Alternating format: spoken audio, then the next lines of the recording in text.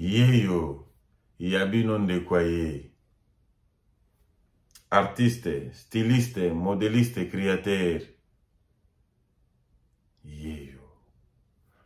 Moye kolipe molakisi.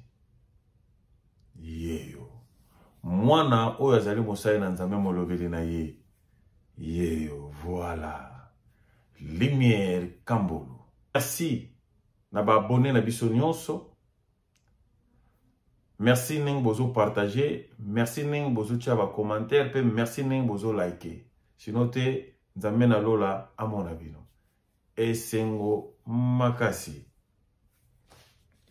Ba ona ba s'abonner te, bo s'abonner, eza chaîne moko malamu, réflexion oyo tozo sala na ba domaine nyonso, comme na domaine ya bakomi na nzambe pe na domaine social. Ndenge toloba kaka usually ke moto moko taza na monopole ya tout. Tozala pona to partager ba expérience na biso pe ba emone lo tozomona na makomi na nzambe.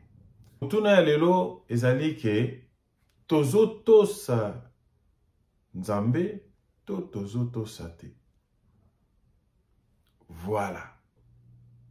Tokena o etali makambo ya molimo mosanto. Tozali komona na ba eglise na biso nyonso te, me misusu okomona eza na tango ba banda ko parler a langue.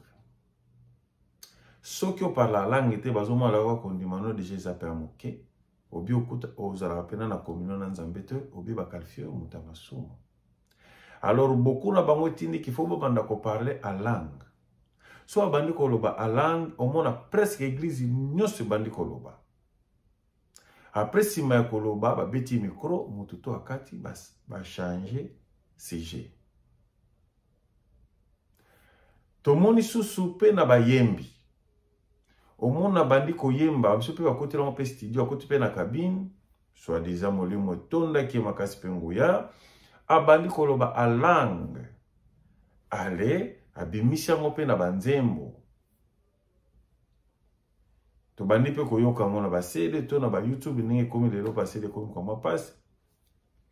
Omona moto azoyemba a langue na kati ya diske na ye. Ezali malamu to ezali mabe. Pe combien de sortes ya langue toza nango na kati ya Bible.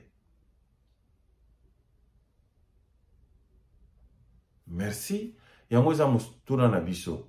Soki ezali malamu, bo laksi biso na nzela ya makomi. Soki ezali malamu te, conseil nini bokoki kopesa na bato wana.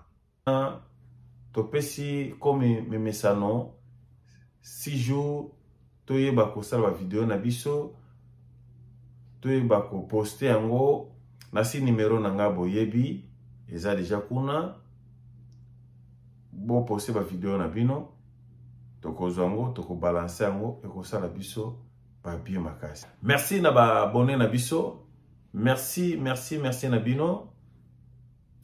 Na ko partager bozo partager na ba like na bino na ba commentaire na bino kitoko makasi. Abandeko na ba s'abonner te, bo s'abonner o ba tapso première fois.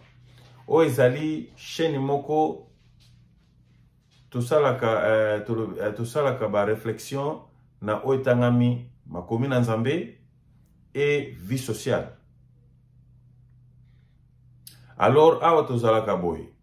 Soki olingi ko défendre na o etangami sujet ya makomi, to sengaka opesa biso ba élément par rapport Bible non makanesi na yo. Alors, on que ba élément ezalité ya kopesa par rapport Bible, zela biso leto yaka na sujet ya social. Ezali pe lisumu te soko yebite pono okoye kola pe nanzela ya chaîne na biso. Merci. Ele na bino. Nengi toloba yete ke moto aza na monopole ya nyonso awa azali te. Tika nzambe na lola azala na bino.